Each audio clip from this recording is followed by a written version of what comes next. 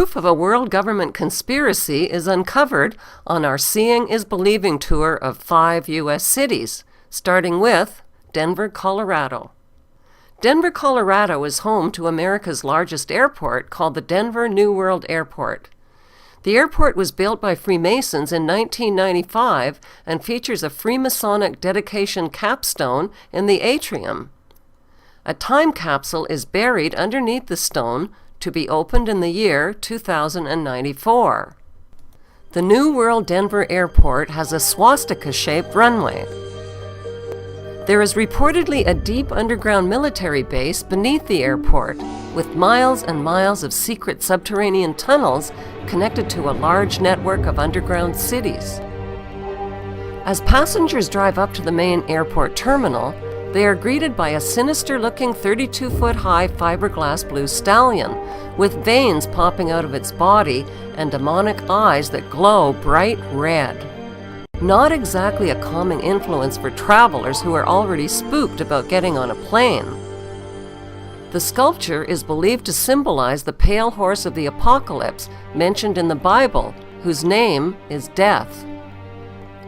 The sculptor, Luis Jimenez, was killed by the horse when a chunk of the sculpture broke loose and came crashing down on him. Locals call the horse Blucifer. Inside the airport, travelers hurry past grotesque gargoyles in suitcases that leer down at them and morbid apocalyptic murals that line the airport walls at the main gate. 4 panels of giant-sized wall murals in the baggage claim area tell a terrifying and prophetic story in pictures of how humanity's future is going to unfold.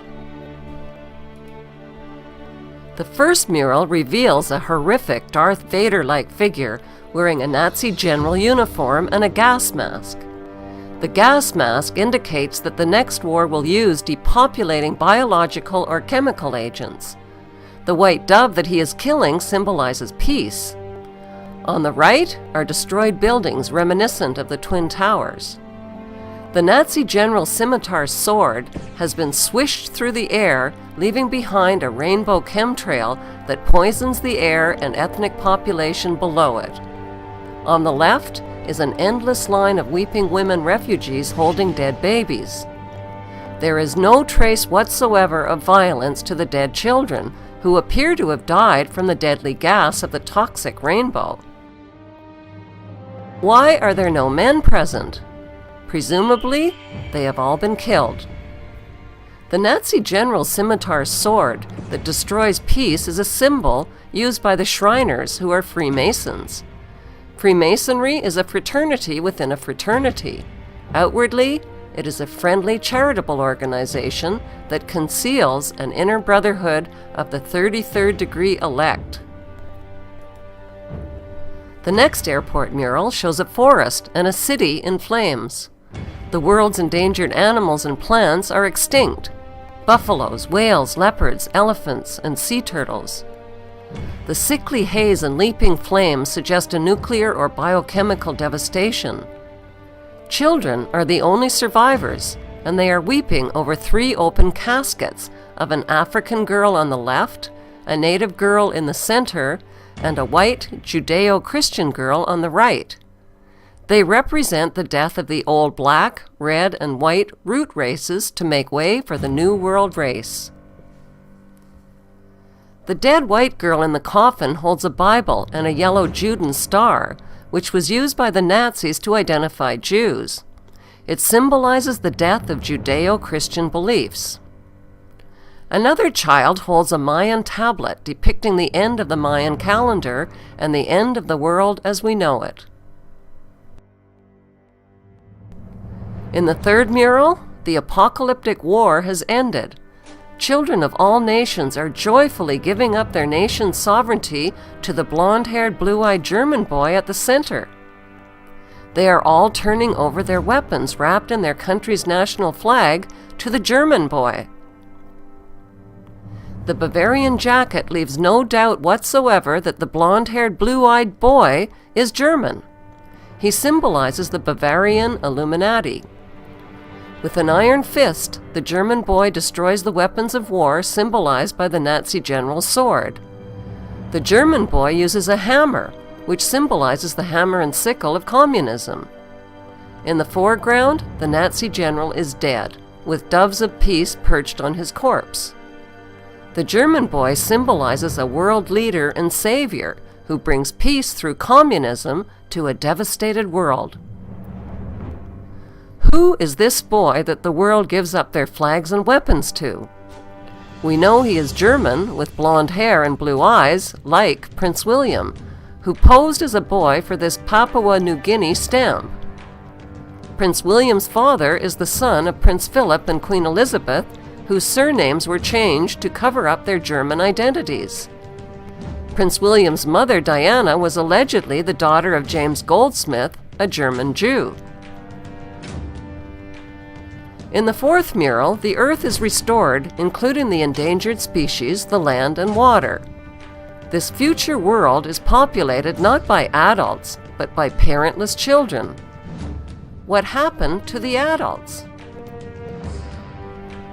The children are in a dance line that is led by the Scottish boy, who symbolizes Scottish Rite Freemasonry. Also, on the far left is an African woman carrying a snake banner. The parentless children of the world are celebrating the New World religion as they gather around and touch the light of Lucifer, who appears as a genetically engineered plant. The plant is a floral version of the colorful bird known as the Quetzalcoatl, or feathered serpent. It is symbolically inseparable from the morning star and Lucifer. The main theme of the Denver New World Airport murals is an apocalypse, with massive depopulation, extinction of species, the death of Judeo-Christian beliefs, and the birth of one world government, one world ruler, and one world religion. The next stop on our Seeing is Believing tour is Charlotte, North Carolina, where the headquarters of America's largest bank is located, the Bank of America. Here we find more eerie, bone-chilling paintings describing the apocalyptic story of humanity's future in pictures. 3 prophetic frescoes are prominently displayed in the Bank of America's main lobby. Like the Denver murals, they tell a symbolic story which is understood by those in the know. In the first mural, the central figure is a blue-eyed, blonde-haired German boy wearing a Nazi overcoat, clicking his heels together and standing at attention on the checkerboard floor that is a classic symbol of Freemasonry. Who is he?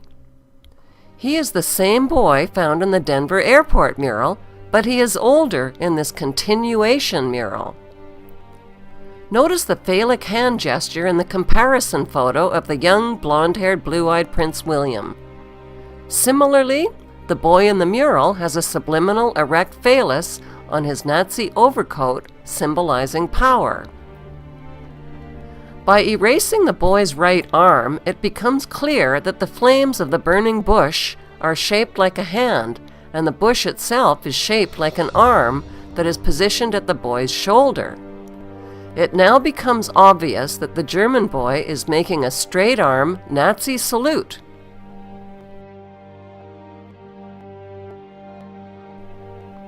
Prince William's Knight of the Garter crest is a gold lion. The image of the gold lion is subliminally embedded into the blonde hair of the German boy in the mural. Notice the Egyptian pyramid and black sun behind him. The second fresco in the Bank of America's lobby is an apocalyptic concentration camp where resistors are incarcerated. In the background, industrial burning suggests a crematorium. The back and side wall are strung with barbed wire. Hazmat Marines carrying rifles are seen in the crowd with their Nazi gold eagle and flags.